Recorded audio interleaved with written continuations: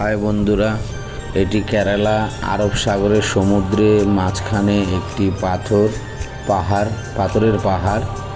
তো এই পাহাড়টি ট্রলারটি আমি সাইড দিয়ে যাচ্ছিলাম, যেতে ভিডিও করলাম। সমুদ্রের মাঝখানে এরকম হয়তো কেউ কোনোদিন দেখেননি। তো যদি আপনাদের ভালো লাগে অবশ্যই লাইক, শেয়ার ও চ্যানেলটি সাবস্ক্রাইব করে দেবেন। ফেসবুকে এরকম, ইউটিউবে এরকম প্রথমবারই দেখাচ্ছি আমাদের চ্যানেলে। সমুদ্রের মাঝখানে জ্যান্ত পাথরের পাহাড়। এরপর প্রত্যেক বছর বাড়তে থাকে, প্রত্যেক বছর অল্প অল্প করে বাড়তে থাকে, কেন পাথরটি জীবিত।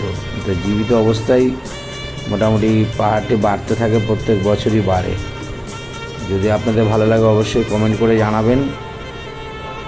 আর পাথরটি হয়েছে কেরালা আরব সাগরের মাঝখানে।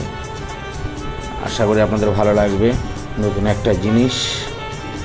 ধন্যবাদ বন্ধুরা। Hi guys.